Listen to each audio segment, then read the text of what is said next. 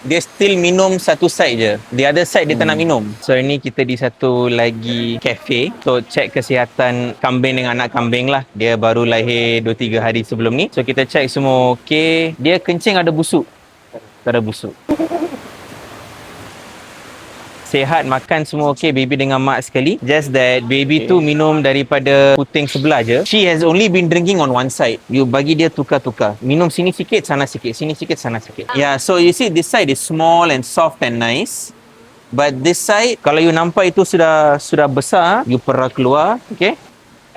A bit heavier and swollen a bit because she has not been drinking from this end. So kira satu lagi puting tu dia macam bukanlah bengkak tapi susu banyak, tersumbat sikit. So hari ni kita perah dia sampai dia jadi kosong.